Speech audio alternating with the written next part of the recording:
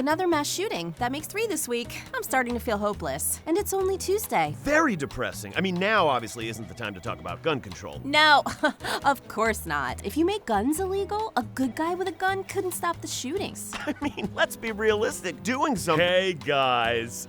Just FYI, okay? Looks like there's another gunman in the break room. We think it's Jeff from Accounts Receivable. Might want to go off-site for lunch today, you know, after the whole death counseling rigmarole. Jeff, the guy who's always posting the Pepe memes in the office Slack channel? Oh, alt-right Jeff, the meme guy. Okay, well, I'll leave you to it. Thoughts and prayers, guys. Thoughts and prayers.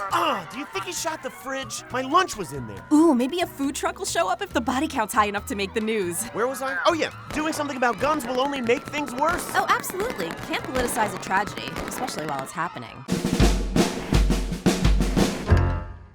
U.S. Armed Forces have values that obey a higher standard. Teamwork! We're protecting the world by maintaining 800 overseas military bases. Leadership! In 2017, U.S. Special Forces units commanded operations in a record 149 countries. That's more than 70% of nations in the world. Innovation! Our overseas troop deployments are at their lowest in 60 years, thanks to Predator drones that shoot Hellfire missiles. Absolutely normal things to name weapons, and definitely not a sign that we're the bad guys. Don't worry, they were probably terrorist adjacent. Discretion!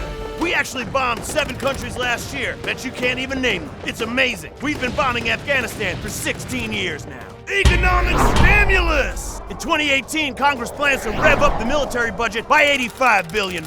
That increase alone is more than the cost of Medicare or the entire military budget of France. Job creation! Up to half of that insanely enormous amount of money won't go to troops or training. We plan to funnel it directly into the pockets of big defense contractors. What military-industrial complex? Yeah, more like the military gravy train complex. Priorities! America is #1 in military spending. Too bad we can't drink bombs. We spend 6 times as much on the military as we do on infrastructure. But who needs drinking water or roads when you've got an empire to maintain? Don't ask me. I'm just here to pay for college.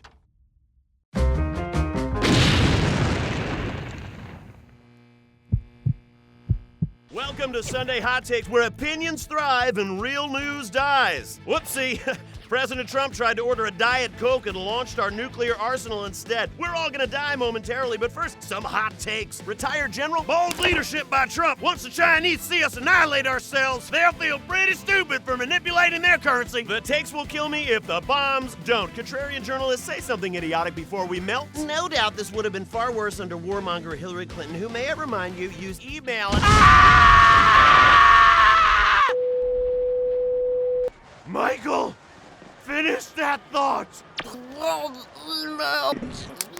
Yeah! Super mutant muscles reporting for duty! Next up, are mutations pre-existing conditions? I say...